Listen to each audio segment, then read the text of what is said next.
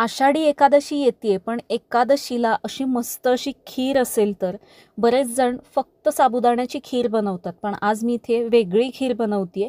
सगळ्यांना नक्की आवडेल आणि या उपवासाला ती तुम्ही नक्की ट्राय करा. इथे मी दूध घेतलंय अर्धा लिटर. आज इथे मी सफरचंदाची खीर बनवते. अप्रतिम अशी होते. एकादशीला नक्की ट्राय करा. हे दूध मी गरम व्हायला ठेवते.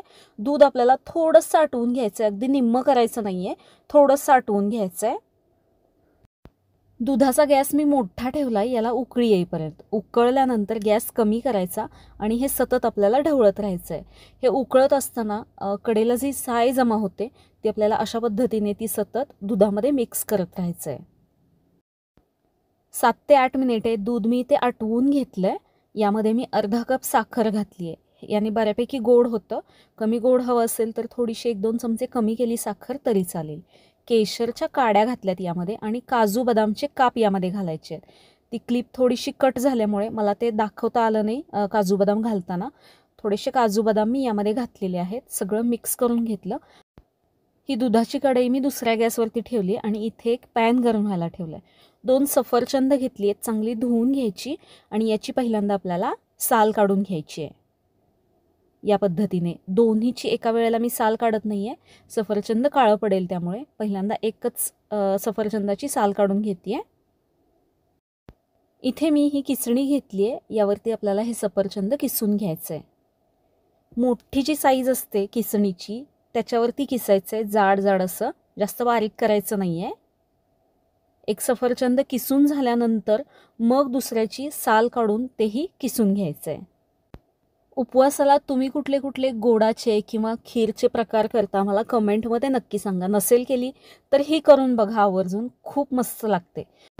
दोन्ही सफरचंद मी इथे किसून घेतलेत. या पद्धतीने आपल्याला जाड किसून घ्यायचे आहेत.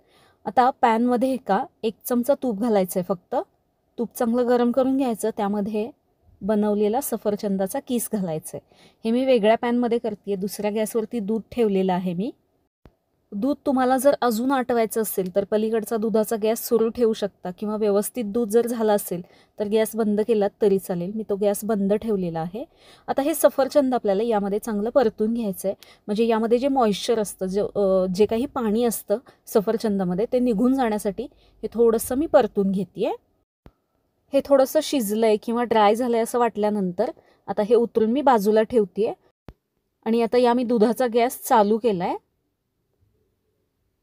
थोडंसं गरम झालं की यामध्ये 2 चमचे मी मिल्क पावडर घातली आहे. मस्त, याच्यामुळे दाटसर होतं, चव देखील छान येते.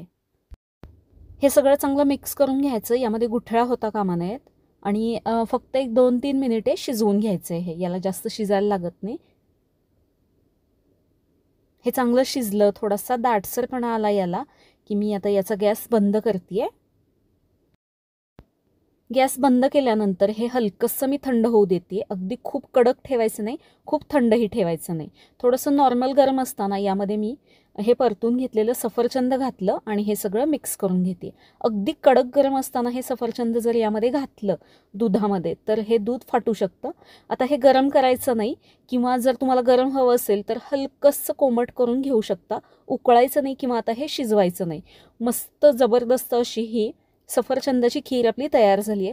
थंड झाल्यानंतर अजून दाटसर होते. इथे पाहताय तुम्ही, ही उपवासाची खीर आहे, हे कोणालाही ओळखणार नाही. अप्रतिम लागते. बनवून नक्की बघा. कशी वाटली कमेंट करून सांगा. आवडल्यास लाईक, शेअर, सबस्क्राईब नक्की करा. धन्यवाद.